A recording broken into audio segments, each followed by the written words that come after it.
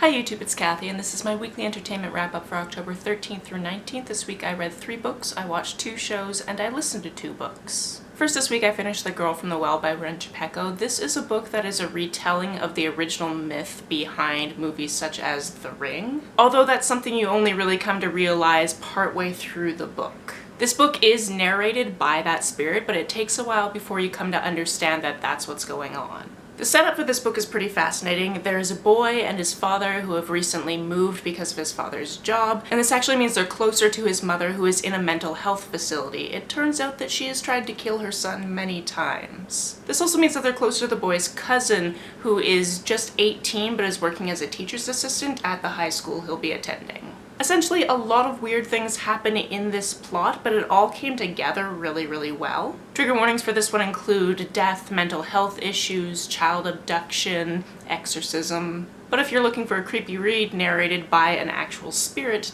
pick this one up.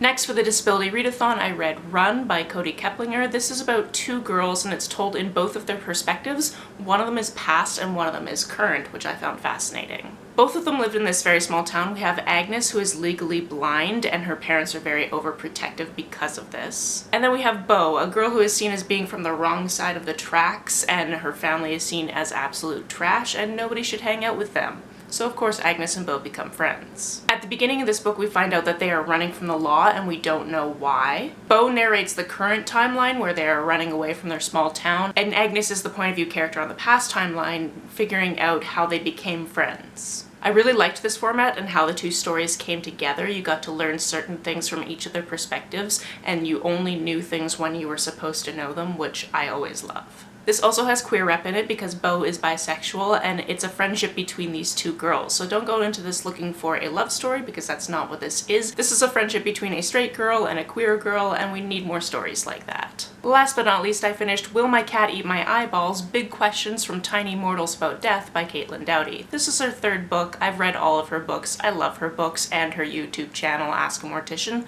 which I will obviously link down below. This is exactly what it says on the tin. These are questions that she has been asked by very tiny humans, aka children, about death, and then she answers them. For an added bonus on this one, I actually read at least half of these to my partner while we were driving up island and then back down island, because if you saw last week's episode, I was at my parents' house. This is a perk in dating me. I will read you books while you drive me places. This book answered some fantastic questions, and I absolutely love getting my library to buy things with titles like this, because I definitely requested they buy it, and they did, and now there are a bunch of people on the holds list for it, and it makes me very happy. On to the shows I watched this week. Obviously some more Brooklyn Nine-Nine. I think we're somewhere in the 4th season. Again, this is a show that I'm not like following along and being like, these are the episodes I watched and I want to specifically talk about these. This is a fun show that is put on sometimes in the background. Sometimes we're actually paying attention to it, and for the most part I like it. Again, there are still plot lines that include fat phobia that I'm really not here for, but as a whole I enjoy the show. I also watched the most recent episode of the 39th season of Survivor, and this season is just so interesting. My roommate is possibly the biggest Survivor fan I've ever met in person, and when a season starts he creates a boot list, as in when people are going to be kicked off the show,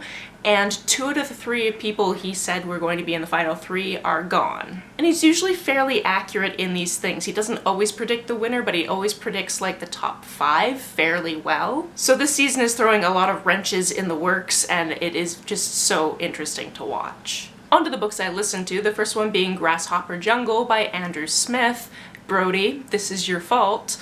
If you didn't see the video, Brody and Adriana and I were talking about queer books, and this one just happened to come up and was talking about this book with these like giant grasshoppers, and what Brody didn't mention is the fact that these grasshoppers are actually unstoppable soldiers, and it's this whole experiment thing that went wrong from the 60s and it is now happening in this very small town in Iowa, and it was a lot of fun. This book was written in a very particular way. It had a lot of repeating sentiments, which I found actually pretty fun to listen to. This book centers around 3 characters. Austin is our main character, Robbie is his queer best friend, and Shan is his girlfriend. A lot of this is Austin coming to terms with the fact that he's bisexual, because not only does every other thing in this book make him horny, to the point where one of the repeating sentences is blank, and I was horny. It comes up so often, you guys, so often. Quite often he was picturing having a threesome with his best friend and his girlfriend, so yes, definitely queer. And because it's small town Iowa, there's definitely some homophobia involved. In fact,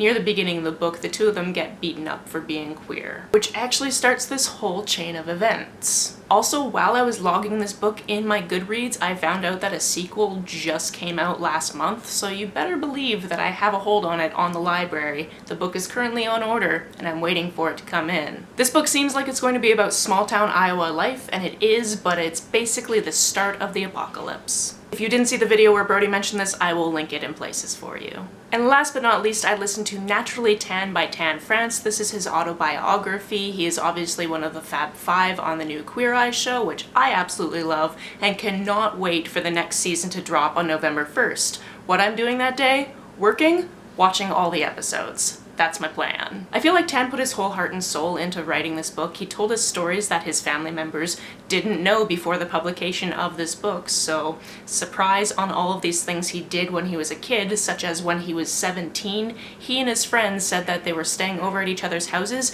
and went on a trip to New York. More than once. Keep in mind, of course, that Tan is from the UK, so these were international trips. Obviously, if audiobooks are accessible to you and your thing, I always suggest reading an autobiography as an audiobook because generally it's narrated by the person who wrote it, and that's definitely the case in this one. Also in this audiobook, there are a couple of instances where Anthony, who is also on Queer Eye, comes in and talks a little bit about the audiobook. So there's a section in the book where Tan is talking about meeting the Fab Five for the first time and his first impressions, and Anthony comes in and talks about basically what Tan wrote about him and talks to him about that. And then at the end, there's a whole kind of question and answer between the 2 about what it was like to record the book and the reading process and making the audiobook and all of those types of things. So those are little bonuses that you don't get in the physical form of the book. So again, if you're choosing between physical form and audio form, go for audio on this one. That's it for this week. If you've read, watched, or listened to any of these, let me know about it down in the comments below. On the way down to the comments, if you hit that subscribe button, that would be very nice of you. You can like and share this as you see fit, and I will see you very soon. Bye!